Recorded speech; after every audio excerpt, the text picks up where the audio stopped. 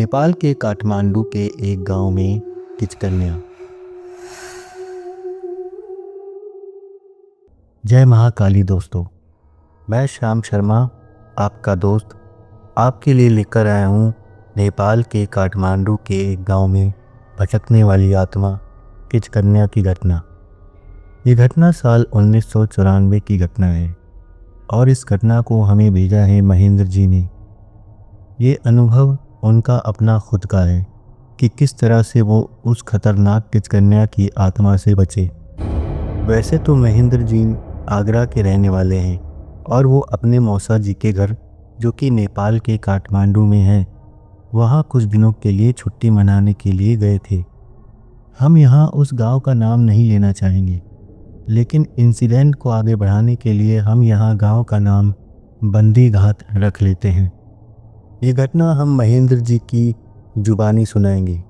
तो हम आगे बढ़ें इससे पहले अगर आप चैनल पर नए आए हैं तो चैनल को सब्सक्राइब करके बगल वाले बेल आइकन को प्रेस कर दीजिए ताकि हमारी फ्यूचर में जो भी नई वीडियो आएगी उसका नोटिफिकेशन सबसे पहले आपको मिले। तो शुरू करते हैं महेंद्र जी के जीवन का सबसे खतरनाक अनुभव, उन्हीं की जुबानी। हेलो दोस्तों, मेरा नाम महेंद्र सिंह रावत है। मैं आगरा का रहने वाला हूँ। मुझे घूमने फिरने का बहुत ही शौक़ है और ये साल 1994 की घटना है। वैसे तो मैं ऑफिस से कभी छुट्टी नहीं लेता था, लेकिन उस साल मैंने सोचा मौसा मौसी के यहाँ रहकर आया जाए। मैंने पूरा मन बना लिया था कि इस बार 10-15 दिन की छुट्टी लेकर अपने मौसा मौसी के घर जाकर रहूँगा। वो हमेशा ही मुझे बुलाते हैं पर मैं ही अक्सर मना कर दिया करता था। मेरे मौसा मौसी नेपाल के काठमांडू के एक छोटे से गांव बंदी घाट में रहते हैं। इस गांव की आबादी ज़्यादा नहीं है, लेकिन जितने भी लोग हैं यहाँ सब के सब मिलनसार हैं। मैंने आगरा के बस अड्डे से नेपाल के काठमांडू के लिए जाने वाली बस पकड़ी। बस अपने करेक्ट टाइम पर ही बस अड्डे से निकल पड़ी। आगरा से काठमांडू लगभग 1000 किलोमीटर के आसपास होगा। मैंने वोल्वो का बस टिकट खरीदा हुआ था। बस ने अपनी यात्रा शुरू की। मेरी सीट खिड़की के पास वाली थी, जहाँ से मैं बाहर का नज़ारा देख सकता था। हमारी बस अड्डे से शाम के 6 बजे चली थी, जिसको तकरीबन 19 से 20 घंटों का सफ़र तय करना था।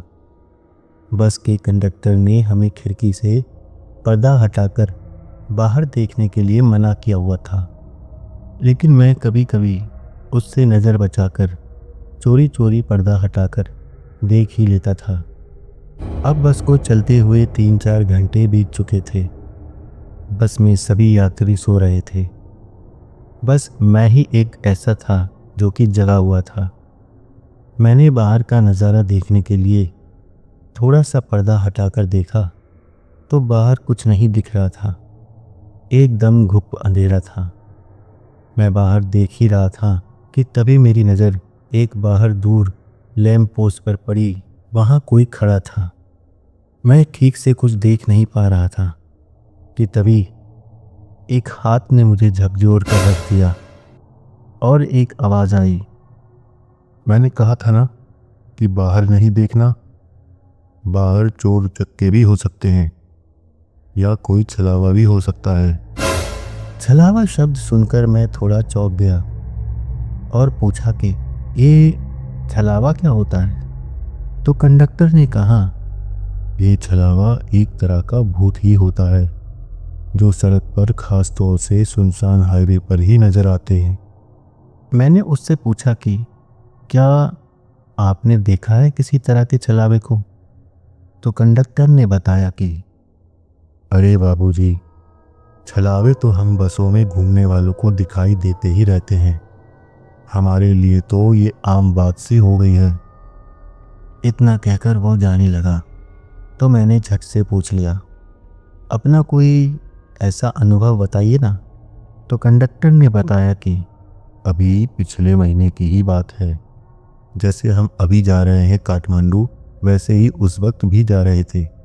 अचानक हमारी बस के ड्राइवर साहब ने क्या देखा कि रास्ते में एक आदमी खड़ा है, लेकिन उसकी लंबाई तकरीबन 6 फीट से ऊपर ही थी और उसके हाथ इतने लंबे थे जो कि उसके घुटने से नीचे जा रहे थे और वो हाथ उठाकर बस को रोकने का इशारा कर रहा था।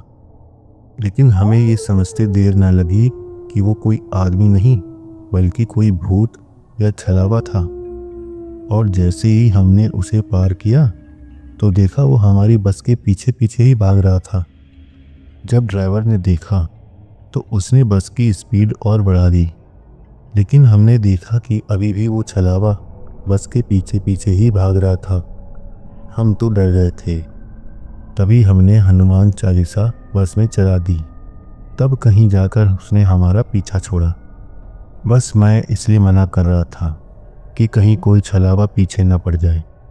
और बस इसी तरह से बातें करते करते मेरा सफ़र कब कट गया पता ही नहीं चला। बस इसी तरह से बातें करते करते मेरा सफ़र कब कट गया पता ही नहीं चला। बस कंडक्टर ने उतरने से पहले पूछा कि वैसे काठमांडू में कहाँ जाओगे?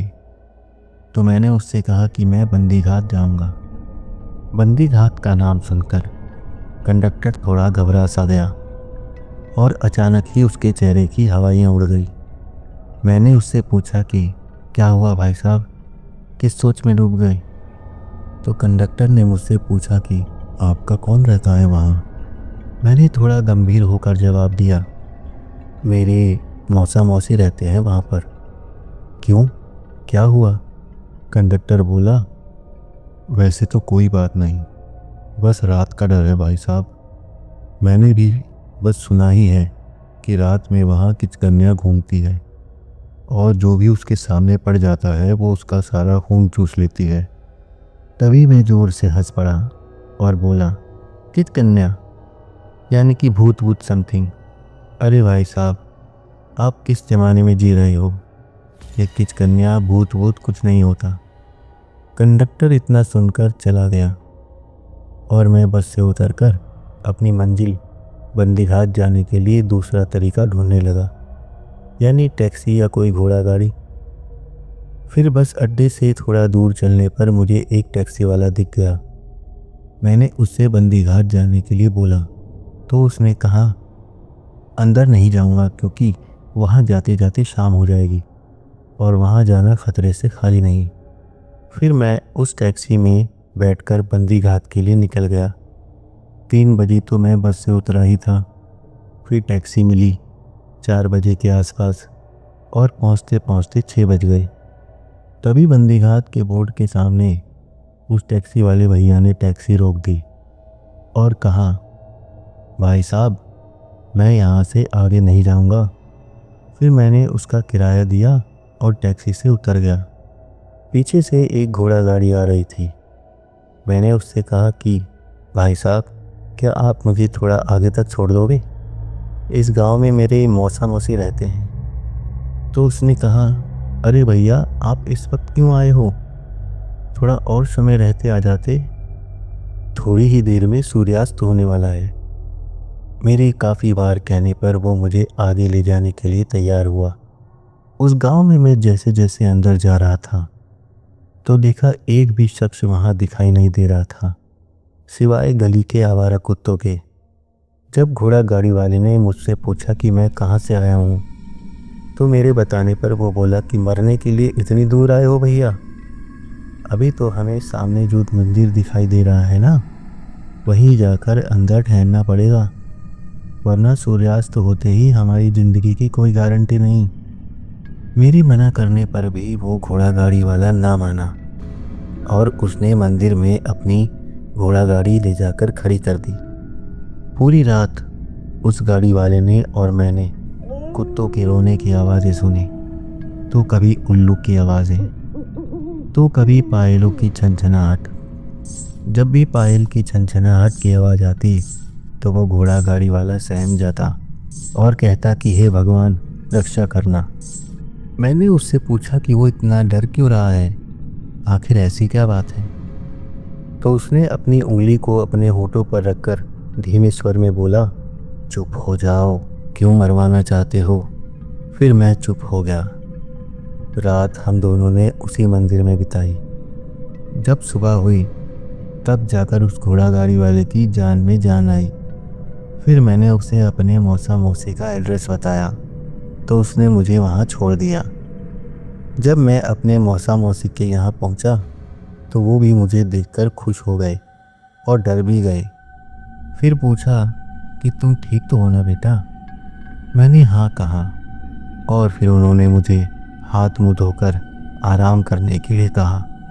हाथ मुंह धोने के बाद मैं काफ़ी तरोताज़ा महसूस कर रहा था। फिर मैंने मौसा मौसी को सारी बात बताई जो भी रात में हुई थी, लेकिन उन्होंने मेरी बात को टालते हुए कहा कि चल अब आराम कर, थक गया होगा। दिन भर मैंने आराम किया और जब मेरी आँख खुली तो देखा शाम के 4 बज चुके हैं। मौसी ने मुझे चाय दी और जब मैंने चाय पी ली तो मैंने मौसी से कहा कि मौसी मैं बाहर ज़रा गांव देख कर आता हूँ। तो मौसी ने कहा कि बेटा 6 बजे से पहले घर आ जाना।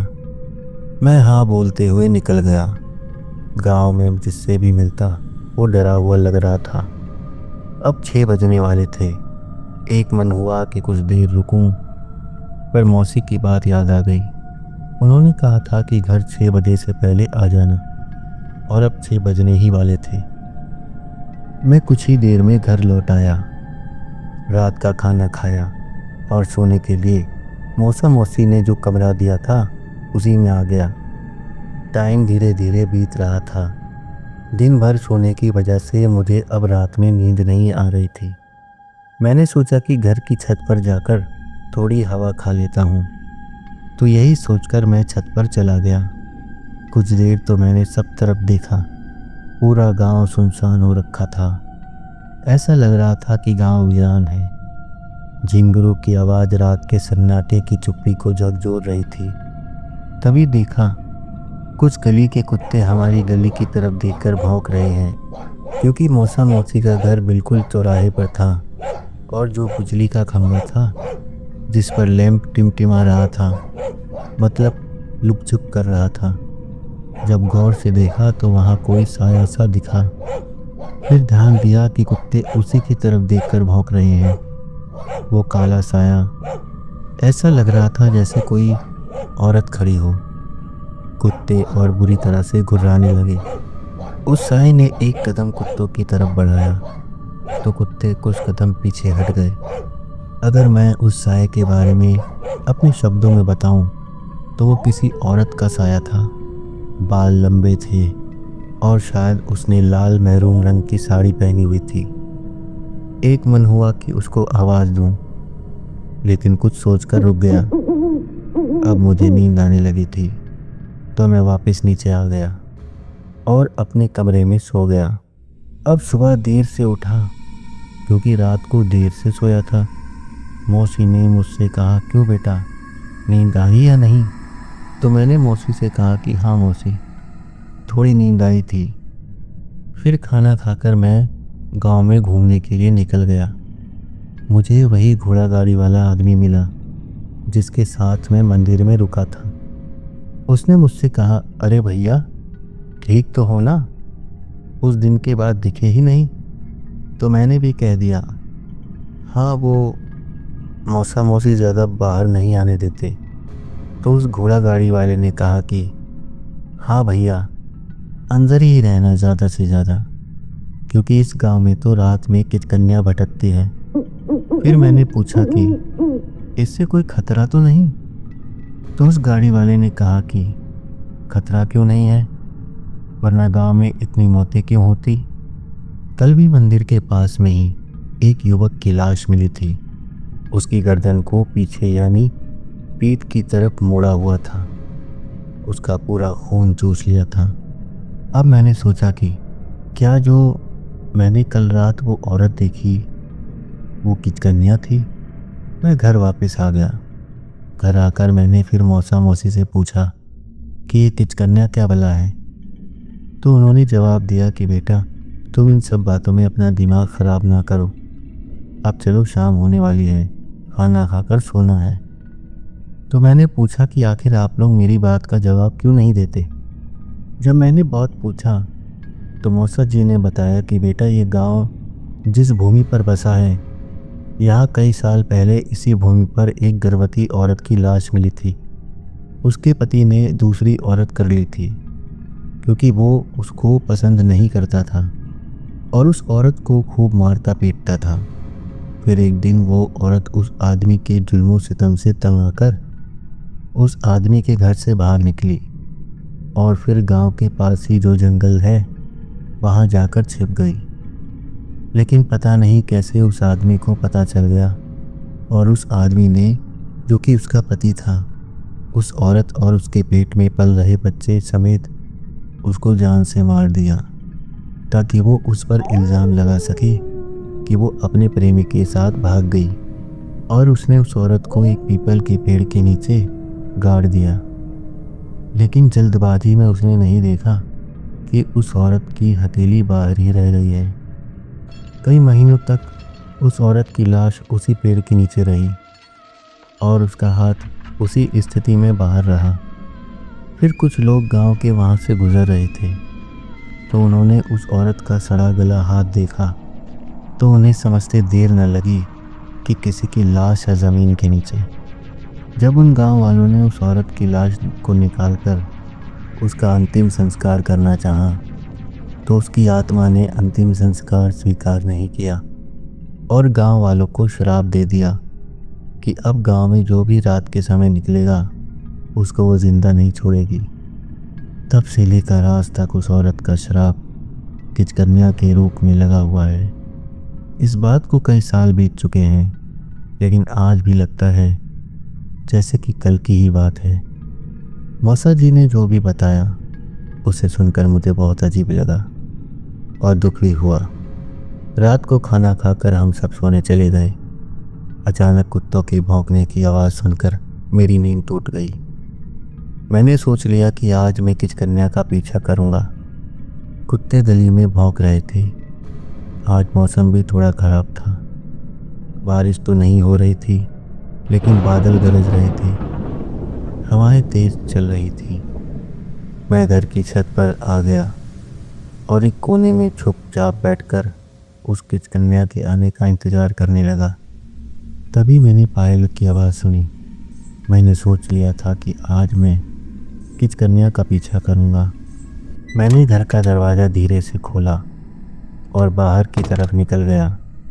मैंने देखा कि किचकन्या गली के दूसरे छोर पर खड़ी थी। उसका मुंह दूसरी तरफ था। मुझे लगा कि वो पीछे की तरफ मुड़ने वाली है तो मैं दीवार के पीछे दुबक गया। वो अब मुड़ चुकी थी। मैंने उसकी आंखें देखी जो कि लाल लाल चमक रही थी। उसका भयानक रूप था। उसने मेहरून रंग की साड़ी पहनी हुई थी। उसके बाल लंबे थे जो कि हवा में सांप की जैसे लहरा रहे थे। घर से निकलते वक्त मैंने घर के मंदिर से गंगा जल भी ले लिया था, क्या पता काम आ जाए। मैं यही सब सोचते सोचते जब मैंने दोबारा देखा तो किचकन्या वहाँ नहीं थी। मैंने सोचा आखिर वो गई कहाँ। तभी मुझे लगा कि जैसे मेरे पीछे कोई है। मुझे एक पल भी ये सोचते देर न लगी कि ये कोई और नहीं किचकन्या ही थी। उसने मुझे पीछे मुड़कर जाने का मौका भी नहीं दिया और एक ही हाथ से गर्दन से पकड़कर मुझे उठा दिया। उसकी लाल लाल आंखें देखकर मेरी तो हालत ही ख़राब हो गई थी। मैंने उसी हालत में तड़पते हुए अपनी जेब में हाथ डाला और गंगा जल की शीशी निकालकर बड़ी ही मुश्किलों के बाद मैंने वो गंगा जल हनुमान जी का नाम लेते हुए उस आत्मा पर छिड़क दिया। वो अचानक गायब हो गई और जैसे ही गायब हुई तो उसकी पकड़ से मैं छूटकर नीचे गिरा। मुझे दर्द तो बहुत हुआ पर मैंने आओ देखा न ताओ सीधा घर के अंदर भाग कर आ गया और दरवाज़ा अंदर से बंद कर लिया। मेरी इस हबड़ा तबड़ी में मौसा मौसी भी जाग गए और फिर अगले दिन उन्होंने मुझसे आगरा वापस जाने के लिए कहा क्योंकि वो नहीं चाहते थे कि मुझे कुछ हो जाए। आज भी मेरी गर्दन में वो दर्द मुझे महसूस होता है जो उस समय किचकन्या के पकड़ने से महसूस हुआ था। मैंने उस रात मौत को साक्षात देखा था। तो दोस्तों, महेंद्र सिंह जी द्वारा बताई गई ये कहानी आपको कैसी लगी, हमें कमेंट करके ज़रूर बताइएगा। और अगर आप चैनल पर नए आए हैं तो हमारे चैनल SR हॉरर पॉडकास्ट को सब्सक्राइब करके बगल वाले बेल आइकन को प्रेस कर देना, ताकि हमारी जो भी फ्यूचर में नई वीडियो आती है तो उसका नोटिफिकेशन सबसे पहले आपको मिले। और अगर आपके साथ भी कोई इस तरह की घटना हुई है तो आप उसे हमें रिकॉर्ड करके या लिख कर भेज सकते हैं। तो अगली वीडियो आने तक stay tune with the channel. जय महाकाली दोस्तों।